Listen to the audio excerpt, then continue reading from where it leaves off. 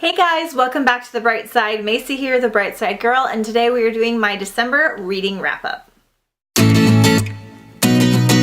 I physically read a total of 13 books in December, which was my best month of the entire year, but I read several kids Christmas books and some middle grade and things like that. Reading wise, while I completed the most books, it wasn't necessarily my highest page count month. These are purely going to be the books that I read physically. My audiobook wrap up will be coming out tomorrow. So I read mostly Christmas books in December, so we're going to dive right in. So I started out the month doing the 'Tis the Season-a-thon readathon, which ran from December 3rd through the 10th, and so that was a fun holiday themed readathon. It was a great kickoff to my December Christmas and holiday reads. I read a total of 7 books during that readathon. A couple were kids books, so we'll talk about those first. First, I read The Year of the Perfect Christmas Tree by Gloria Houston with art by Barbara Cooney. I pick several kids' Christmas books to read every year because some of them become so beloved in my heart, and I just like knowing the best Christmas books of every genre. This one sadly wasn't one of them. The art style is neat. It's not bad. It's decently pretty. The story itself was just kind of bland for me and boring a little bit. I'm sure if you have a child, any Christmas book will do well, and this one was kind of heartwarming and cute, but nothing that stuck with me like some of the other kids Christmas books I read, so I gave this one 3 stars. I read Pick a Pine Tree. I can't remember the author, but it'll be up here on the picture. Again, another kids Christmas book. Very, very adorable art. This is definitely for a toddler age kid. I think that age will really, really like it. It's kind of rhymey and just follows along, and it's really, really cute. The art in here is really beautiful though, and super, super Christmassy, so for this one I gave 3.5 stars. And then I read The Lump of Coal by Lemony Snicket, who is the author of the series of Unfortunate Events, and this is about a little lump of coal that wants to be an artist, and he's kind of down on his luck at Christmas time, and he's looking for a miracle. It's only 30 pages. The art style in this is so cute, and I really, really loved it, so this one definitely makes one of my favorite kids books that I read for the Christmas season. I really, really enjoyed it, and I gave this one 4 stars. Moving on to middle grade for 'Tis the Season-a-thon, I read Nicholas St. North and the Battle of the Nightmare King by William Joyce and Laura Geringer.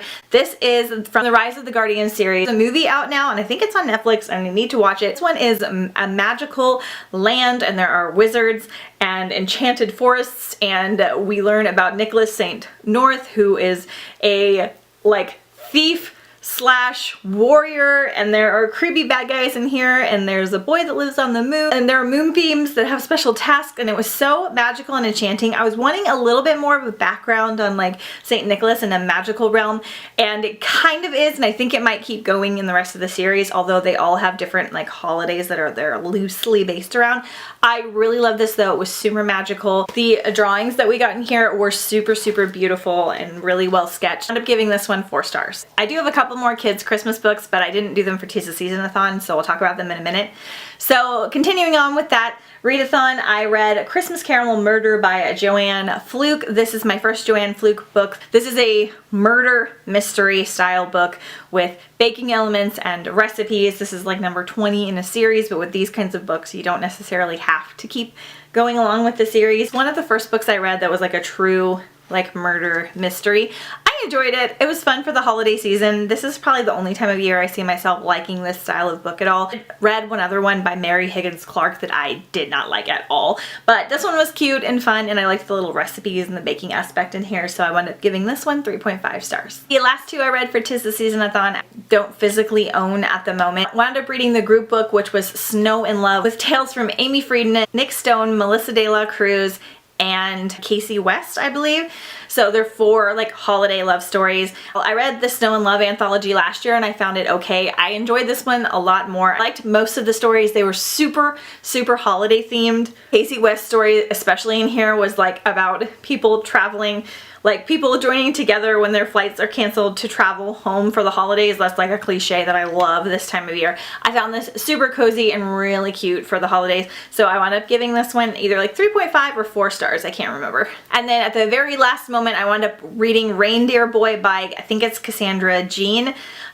This is a graphic novel about reindeer people that start going to school, and a girl that kind of discovers them. It's a very weird. It has a Twilight vibe to it, and I love Twilight, but this is like Twilight with reindeer, and then like just all of a sudden all these like reindeer start going to the school and they're like really attractive, but they have horns in their head and no one really knows what's going on, but they think it's like kind of like a cool trend, and it's just weird. But I have like a mini rant on this in my vlog from that readathon because I don't know, I thought it was too weird for me, and I like weird things. Santa was in here too, and it was very strange. And then the lead character that's like the romantic interest that you're supposed to like if you really break it down, like what happened, he's like a jerk, and I'm not sure if people realize that. So anyway, if you guys want to see my vlog, I talk about all of these books that I read in the readathon there, and the ones that I also listened to on audiobook. I will link it down below in the description. It's a long vlog, but it was pretty fun. Next up, I read My True Love Gave to Me 12 Holiday Stories, edited by Stephanie Perkins, and I read 2 of these during 'Tis the Season-a-thon, and then the rest of the month. I loved this so much. We have stories from Stephanie Perkins, Holly Black, Jenny Han, Matt De La Pena, just so many amazing people. I loved Stephanie Perkins' story. It was about a boy at a Christmas tree farm and a girl that needs a tree but doesn't really have room for one. And it was so cute that it made up for the fact that I did not like Anna and the French Kiss that I read last January. It makes me want to continue on with that series of like companion books because I loved her writing for this little story so much. I freaking loved Holly Black's story. It was like about Krampus and fairies and magic, and it was so good. I wanted it to be like a full-length story. There were so many stories that I loved in here, like so much more than any of the other holiday anthologies that I read. Like this is one I could see myself reading or listening to like every year because they were so festive and they were so different from each other. Like some were magical and dark, and some were like really light and fluffy, and some were like super mystical, and it was so good. I gave this one a 4.5 stars. Next up, I read Miracle on 34th Street by Valentine Davies with paintings by Tomie dePaola. Did anyone else know this was a book? I had no idea. This is one of my favorite Christmas movies, like both the old version and the newer version of this movie. Apparently Valentine Davies wrote the script for Miracle on 34th Street and this book at the same time. Like he wrote the script and he was like, this is too good not to be a book. So he put it in book form, and he did such a great job. Like it's not written like a script at all. It's written like a true novel. I think this might even be technically an adult novel because it has, you know, like divorce themes and stuff in here. The paintings are super cute. There's like different versions of this book. I loved it. It definitely differs slightly from the movie. Maybe not from the first one. I just can't remember because I'm so familiar with the newer movie. But it was so cute. And like it has the little Macy's symbol up here. And my name is Macy. So that's one reason I've always loved it, because they talk about Macy's all the time and I always want to go to the parade. It's like one of my new all-time favorite like kids Christmas books, even though I think it might be adult. I'm not sure. Super adorable. I gave this one also 4.5 stars. Next up, I read What Light by Jay Asher. This is a holiday story about a girl whose parents have a Christmas tree farm in California, and I think she lives in like Seattle? I don't know. She lives somewhere else during the rest of the year, and then at Christmas time for like 6 weeks she goes to sell Christmas trees with her parents, and it's about possibly their last year of doing that, depending on how sales go and things like that. Super adorable premise. I loved the writing in this. I thought it was super cute, exactly what I want in like a romantic holiday themed story, or even just a romantic contemporary. But this has a weird plot in it. Main love interest has like an issue that the girl finds out and like has to deal with, and the issue that he has is just weird. Like it was a weird choice to pick to be the like problem for the drama for the relationship, and I don't know if it ever gets justified properly. Like in my head I was still like, I believe in forgiveness, but I still don't think that's okay. I don't know.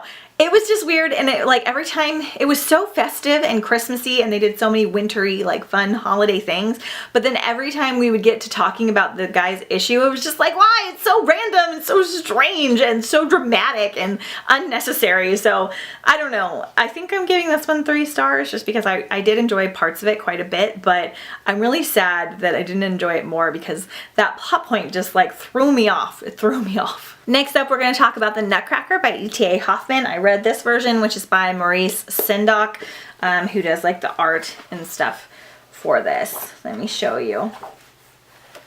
It is so pretty. The illustrations and stuff in this one are just totally awesome.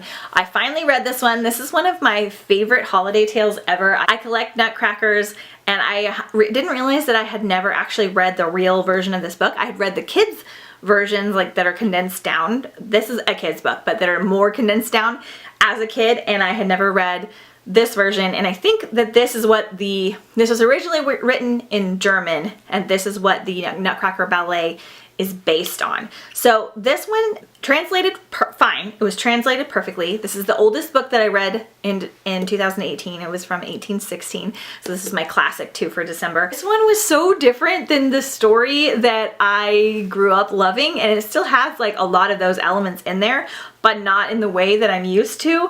And there's all these like extra side stories, and I think there's even stuff with like changelings and fairies in here. So I really liked it, but it was very, very different than what I was expecting and a lot longer, and definitely has like a little bit more of an old-fashioned feel to it, but I was okay with that, especially for Christmas. So I wound up giving this one 4 stars. It was not what I was expecting, but I'm really glad I know the original origins, because in the original story, Clara is actually a doll owned by Marie, who is the one that gets the Nutcracker. So it's not Clara and Fritz, it's Marie and her brother Fritz. And she owns a doll named Clara that also comes to life. So that was interesting. I'm not sure why they wound up picking the name Clara instead for the ballet and like the movies and things like that. But it was really interesting to like finally read the origins on this. And lastly, for the holiday Christmassy themed books that I read Winter Spell by Claire Legrand.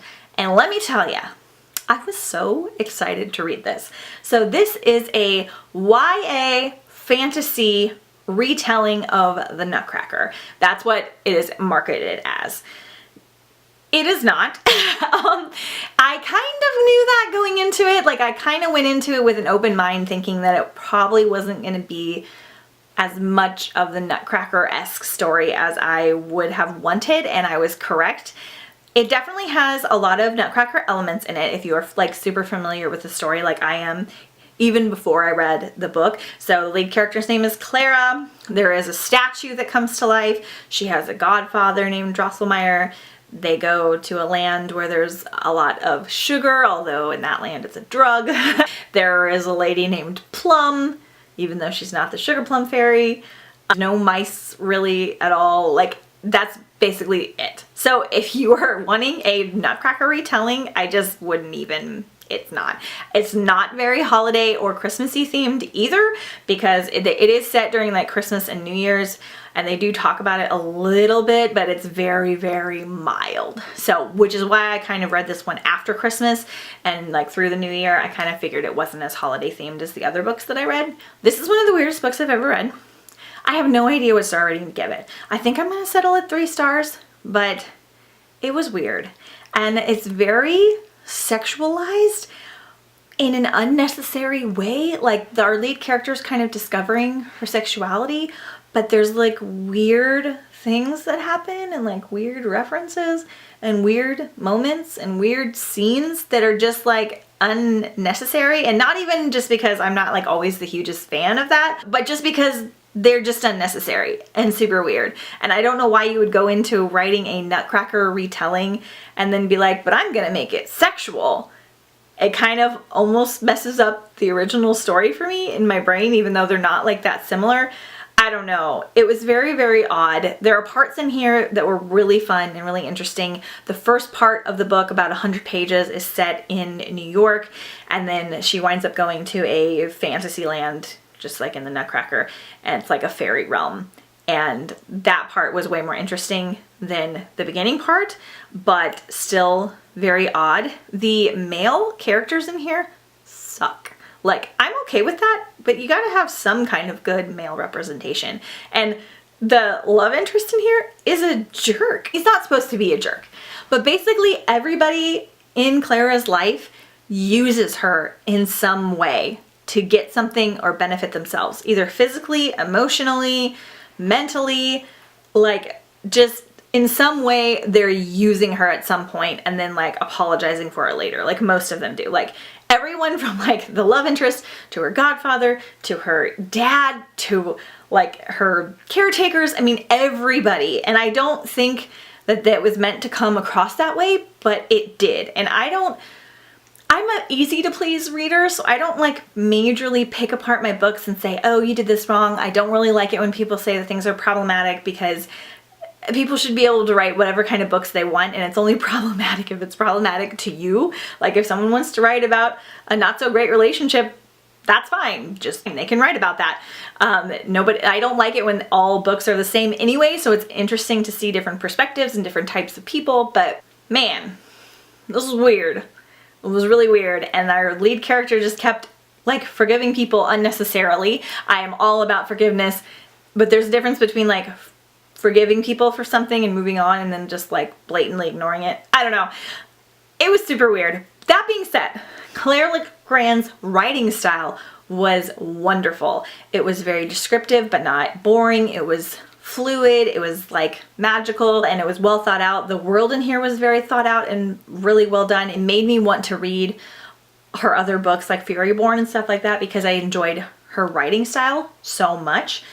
But I was definitely disappointed and kind of weirded out, and my brain is like hurting still from everything that happened in here, and I needed to like discuss it with someone.